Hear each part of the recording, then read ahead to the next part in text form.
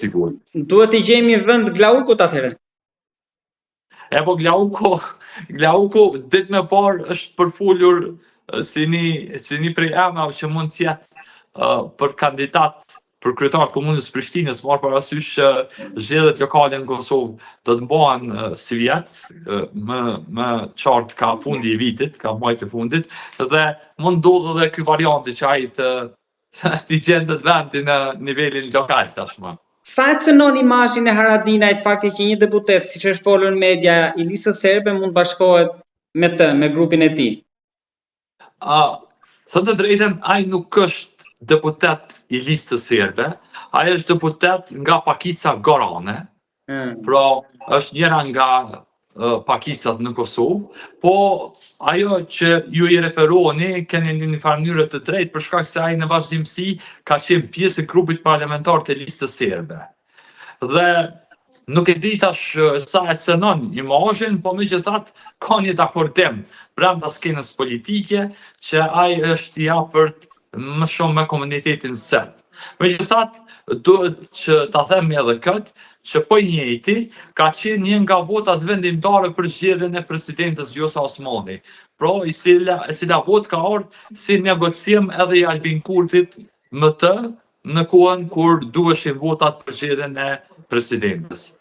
Pra nuk është hera e parë që faktori shqiptar bashkëpunon me të, edhe pse për mua, pavarësisht relacioneve që ai mund të ketë me komunitetin serb, është e natyrshme që të ketë bashkëpunime, sepse fundja ai është përfaqësuesi i një komuniteti, këta janë përfaqësues që janë zgjedhur me votën e minoriteteve dhe na pëlqeu apo s'na pëlqeu, ata janë pjesë e institucioneve dhe i kanë vendet e veta aty.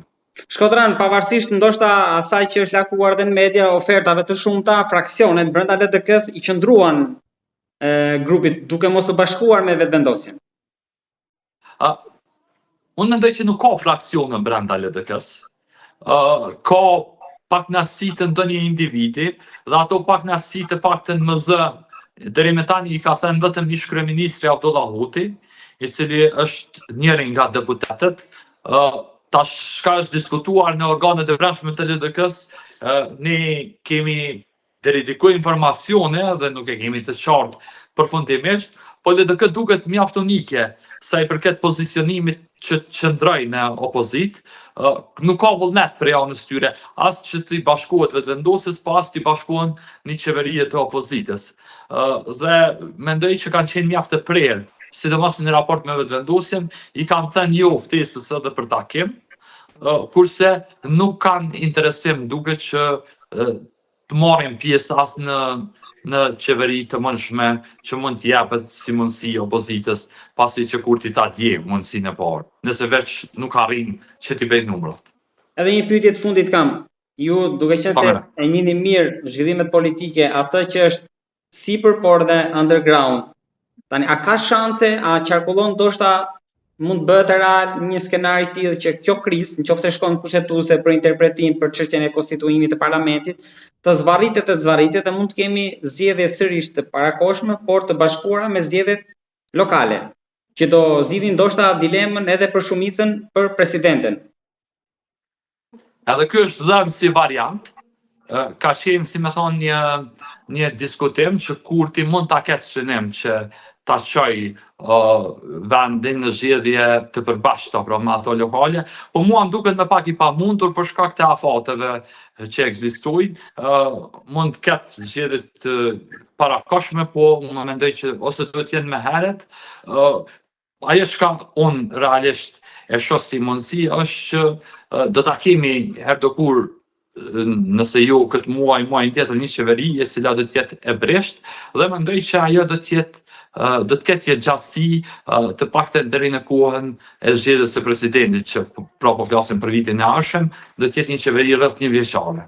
Ju lutem dhe diçka, kush është më aktive nga ambasadat në Prishtinë, SBA-ja apo të Bashkimit Evropian që po kërkojnë shtyrjen përpara të procesit? Momentalisht ambasadat apo përfaqësitë diplomatike janë goxha të heshtura. Deri me tani ka pasur vetëm një thirrje nga ambasada gjermane, nga ambasadori Jorn Rode, i cili ka kërkuar realisht që të ketë një qeveri të qëndrueshme, sepse ka thënë që Kosova do të përballet me situata që janë vendimtare dhe ka kërkuar një qeveri qëndrueshme, por pa shprehur ndonjë preferencë apo pa dhënë ndonjë rrugdalje nga kjo situatë. Por në përgjithësi, përfaqësitë diplomatike kanë qenë të heshtura gjithë toku. Shkodran, të falenderoj shumë për informacionet dhe për analizën. Jeni të mirë se ardhur kur të ardhur.